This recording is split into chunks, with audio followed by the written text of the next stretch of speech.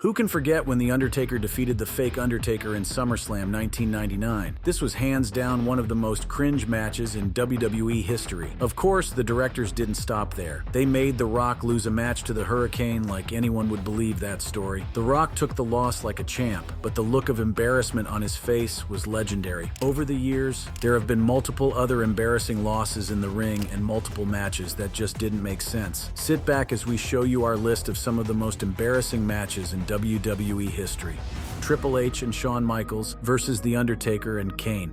Kicking off our list is the infamous tag team match between Triple H and Shawn Michaels and The Undertaker and Kane. This match, held at WWE Crown Jewel in 2018, was highly anticipated by fans around the world. The four legends in the ring had a combined experience of over 100 years, and expectations were through the roof. However, what transpired was nothing short of a disaster. Triple H and Shawn Michaels, collectively known as D-Generation X, were set to face the Brothers of Destruction, The Undertaker, and Kane. As the match began, it was clear that things were not going as planned. The chemistry between the four superstars seemed off, and the timing of their moves was noticeably out of sync. The first major botch occurred when Triple H attempted a leapfrog over Kane, only to awkwardly land on his knee, causing an injury that would plague him for the rest of the match. The climax of the match came when Triple H, despite his injury, managed to hit Kane with a pedigree. However, the execution was sloppy, and Kane's sell of the move was equally unconvincing. The match finally ended when Shawn Michaels delivered sweet chin music to Kane, followed by a second pedigree from Triple H, securing the victory for D-Generation X. The outcome was still a little better than the disaster that occurred during our next match: Goldberg versus Brock Lesnar. Next on our list is the highly anticipated showdown between Goldberg and Brock Lesnar at WrestleMania 20. This match, held at Madison Square Garden in 2004, was supposed to be a clash of titans. Both Goldberg and Lesnar were at the peak of their careers, and fans were eager to see these two powerhouses collide, but it ended up being an embarrassment to say the least. Before the match, rumors had been swirling that both Goldberg and Lesnar were planning to leave WWE, and the fans were well aware of it. When the match started, Goldberg and Lesnar seemed hesitant and unsure of themselves. The match was slow and plodding, with neither man able to gain any momentum. One of the most memorable moments of the match came when Goldberg attempted his signature spear on Lesnar. The move, which usually electrified the crowd, fell flat as Lesnar barely sold the impact. The crowd, sensing that something was off, began to turn on the match. Boos and negative chants filled Madison Square Garden, with fans expressing their frustration and disappointment. The match finally came to an end when Goldberg hit Lesnar with a jackhammer, securing the victory. However, the win felt hollow and unearned. The only thing worse than two wrestlers fumbling in the ring is when a wrestler fights a WWE admin and loses, as you'll see in our next story: John Lauritas versus John Cena.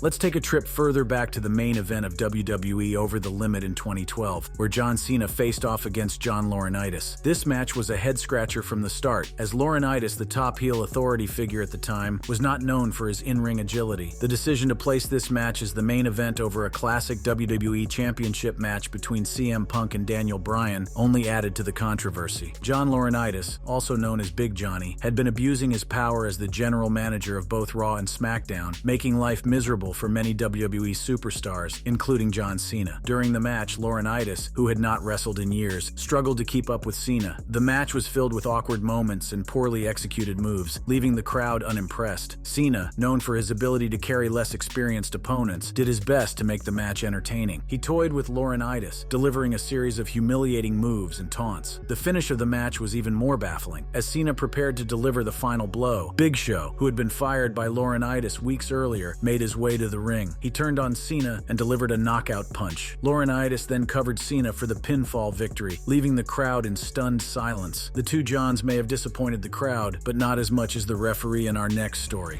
Seth Rollins versus Bray Wyatt. Now let's dive into the 2019 Hell in a Cell match between Seth Rollins and Bray Wyatt, also known as The Fiend. Fans were eager to see how Rollins, the reigning Universal Champion, would fare against the terrifying and unpredictable Fiend. Would they disappoint, or would they meet up to expectations? The beginning of the match made it clear that both Rollins and Wyatt were committed to delivering a brutal and intense encounter. Rollins unleashed a flurry of offense, hitting the Fiend with multiple stomps and using various weapons to try and keep his monstrous opponent down. However, the Fiend Fiend seemed almost impervious to pain, repeatedly rising to his feet and shrugging off Rollins' attacks. The match took a dark turn as Rollins grew increasingly desperate. He resorted to using a sledgehammer, incapacitating the Fiend. The sight of Rollins wielding the sledgehammer added a sense of urgency and danger to the match, but it also foreshadowed the controversial ending that was to come. The climax of the match came when Rollins, in a fit of frustration, used the sledgehammer to smash a pile of weapons on top of the Fiend. The referee, concerned for the Fiend's safety, stopped the match. This decision was met with immediate backlash from the crowd. While the crowd got mad at the referee for ending this match too soon, the audience in our next match wished it ended sooner. The Undertaker versus Goldberg. Our next entry takes us to WWE Super Showdown 2019, where two of the most iconic legends in wrestling history, The Undertaker and Goldberg, faced off in a match that quickly turned into a nightmare. Fans were eager to see these two legends collide, and the anticipation was high. The match began with a strong start, as Goldberg hit The Undertaker with a spear right out of the gate. The crowd erupted in cheers, but the excitement was short-lived. Goldberg, known for his explosive power, seemed to struggle with his stamina and timing. The first major botch occurred when Goldberg attempted a second spear, only to crash headfirst into the ring post, busting himself open. The sight of Goldberg bleeding profusely was concerning. Despite the injury, Goldberg continued to fight, but his performance was visibly affected. The Undertaker, who had been dealing with various injuries himself, also struggled to maintain the flow of the match. The combination of their physical limitations and the high stakes of the match led to a series of poorly executed moves. One of the most cringe-worthy moments came when Goldberg attempted to lift The Undertaker for his signature jackhammer, only to botch it. The match finally came to an end when The Undertaker delivered a second chokeslam, securing the victory. The failed match between these two giants reminds us of that one time WWE hosted a sumo match. Aabon versus Big Show. Who can forget when Big Show faced off against Aabon in a sumo match? This match was hands down one of the most unusual and embarrassing moments in WWE history. The decision to have a sumo match at WrestleMania, the grandest stage of them all, was met with confusion and skepticism from fans and critics alike. Aabon, a legendary sumo wrestler, was making his WWE debut, and fans were unsure of what to expect. Big Show, known for his immense size and strength, was stepping into unfamiliar territory, and the stakes were high. When they started fighting, the audience noticed that Big Show was out of his element. Aabon, with his extensive sumo experience, dominated the match from the start. Aabon's superior technique and balance were on full display as he effortlessly controlled Big Show. Big Show, despite his size and strength, struggled to find his footing. The match was over in a matter of moments as Aabon used his sumo skills to push Big Show out of the ring. The crowd's reaction was a mix of shock and disappointment. The match, which had been hyped as a unique and exciting spectacle, ended up being a one-sided affair. No one wants to watch a match between two unevenly talented parties, but WWE has a habit of shoving this down our throats, as they did with our next match. Michael Cole versus Jerry Lawler.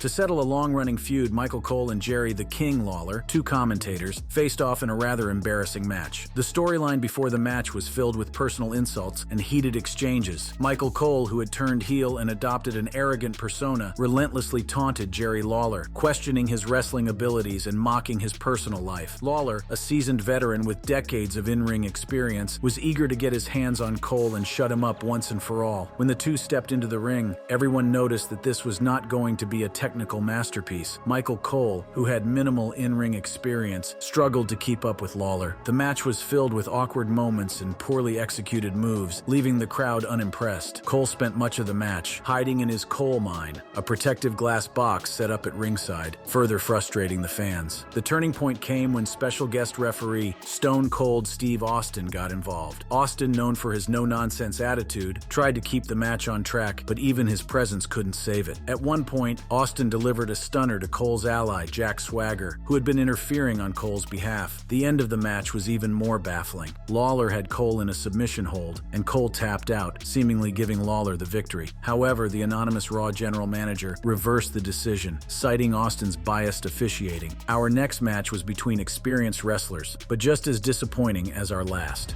Triple H versus Scott Steiner. Now let's talk about the most embarrassing Royal Rumble in history, which occurred in 2003. Triple H defended his World Heavyweight Championship against Scott Steiner at the peak of the match. Steiner had recently made his return to WWE and was positioned as a major threat to Triple H's reign. Before the match, Triple H and Steiner engaged in a series of confrontations and physical altercations. Steiner, known for his impressive physique and power, was determined to dethrone Triple H and claim the World Heavyweight Championship. Triple H, on the other hand, was eager to prove that he was the dominant force in WWE. Unfortunately, the match was filled with awkward moments and poorly executed moves. Steiner struggled to keep up with Triple H, and his performance suffered as a result. Triple H did his best to make the match entertaining. One of the most cringe-worthy moments came when Steiner attempted his signature move, the Steiner recliner. Triple H, known for his selling ability, did his best to make the move look painful, but the lack of execution was evident. The climax of the match came when Triple H, in a fit of desperation, used a sledgehammer to attack Steiner. The referee, seeing the blatant use of the weapon, disqualified Triple H, giving Steiner the victory. Embarrassing as it may have been, this match was still a good watch compared to the next disaster on this video. The Undertaker versus the fake Undertaker. The Undertaker versus the fake Undertaker match at SummerSlam 1994 is often considered one of the most embarrassing and bizarre moments in The Undertaker's illustrious career. It all started with The Undertaker sidelined due to injury. WWE created a storyline where Ted DiBiase, the leader of the $1 Million Corporation, claimed to have hired The Undertaker as his latest signing. However, it was revealed that this Undertaker was actually an imposter, played by Brian Lee. The real Undertaker eventually returned and confronted the fake version, leading to a match at SummerSlam 1994. The real Undertaker emerged victorious, but the whole storyline and match are often remembered as a cringeworthy moment in WWE history. The match itself was a strange sight, with the fake Undertaker mimicking the real one's moves and mannerisms. The crowd was split, with some fans cheering for the real Undertaker and others seemingly confused by the imposter. In the end, the real Undertaker's victory was a relief, but the damage was already done. The storyline is still mocked by fans today. In later years, The Undertaker even poked fun at the storyline, teaming up with Kane to take on a new generation of fake Undertakers in a humorous nod to the past. As bad as the storyline was, at least The Undertaker didn't suffer a humiliating defeat like our next superstar. Chris Jericho versus Fandango. The Chris Jericho vs. Fandango match at WrestleMania 29 in 2013 is also considered one of the most embarrassing moments in Jericho's wrestling career. Fandango, a relatively new and unproven wrestler at the time, was given a significant push by WWE, and his debut match was against the seasoned veteran Chris Jericho at WrestleMania. Despite Jericho's efforts, Fandango scored a surprising upset victory, which many fans and critics felt was undeserved. The match was widely panned, with many considering it a mismatch and a waste of Jericho's talent. The crowd was largely silent throughout the match, and the reaction to Fandango's win was lukewarm at best. Jericho himself has since spoken about how he wasn't thrilled with the booking decision, feeling that it didn't make sense for his character to lose to a newcomer like Fandango on the biggest stage of the year. Despite Jericho's doubt, he has always been a professional and took the loss in stride, even poking fun at it in later years. Fandango, on the other hand, never quite lived up to the potential WWE saw in him, and his career has been largely forgettable. While giving the underdog the win in this case didn't yield anything positive, it definitely influenced the career of our next underdog, Razer Ramone versus 1-2-3 Kid. In 1993, Razer Ramone was riding high as one of the top heels in WWE. With his gold chains, toothpick, and machismo, Razer Ramone was a force to be reckoned with in the ring. Little did he know that his match on May 17, 1993 would go down in history for all the wrong reasons. Enter Shawn Waltman, a relatively unknown wrestler at the time, who was wrestling under the moniker The Kid. Waltman had been used primarily as enhancement talent, a jobber meant to make the more established stars look good. No one expected much from The Kid, and certainly not Razer Ramone, who saw this match as just another opportunity to showcase his dominance. The match began with Razer Ramone toying with The Kid and underestimating him. The Kid, however, had other plans. As the match progressed, it became clear that The Kid was not going to be an easy pushover. The turning point of the match came when The Kid climbed to the top rope and executed a breathtaking moonsault, landing perfectly on Razer Ramone. The crowd erupted in shock and disbelief as the referee counted to 3. Razer Ramone, the cocky and confident bad guy, had just been pinned by a virtual unknown. Razer Ramone was just as embarrassed at his defeat as our next humiliated wrestler, The Rock versus the Hurricane. Now let's go back to 2003, when The Rock was at the pinnacle of his WWE career. His charisma, catchphrases, and in-ring prowess made him one of the most beloved and dominant figures in WWE history. The Hurricane, on the other hand, was a comedic superhero character portrayed by Shane Helms. With his green cape, mask, and over-the-top persona, the Hurricane was a fan favorite. On March 10th that year, during an episode of Raw, The Rock found himself in an unexpected match against the Hurricane. The Rock, brimming with confidence and arrogance, saw this as an easy victory. Little did he know that this match would become one of the most talked about moments in WWE history. The match began with The Rock taunting the Hurricane, mocking his superhero persona and belittling his abilities. The Hurricane, however, was determined to prove himself. The turning point of the match came when Stone Cold Steve Austin, The Rock's longtime rival, made a surprise appearance. Austin's presence distracted The Rock, giving the Hurricane a golden opportunity. Seizing the moment, the Hurricane rolled up The Rock for a quick pin. The referee's hand hit the mat 3 times, and just like that, the Hurricane had defeated The Rock, leaving him humiliated. The Hurricane isn't the only underdog who won the heart of the crowd by defeating a legend, as you'll see in our next match: Kurt Angle versus Eugene.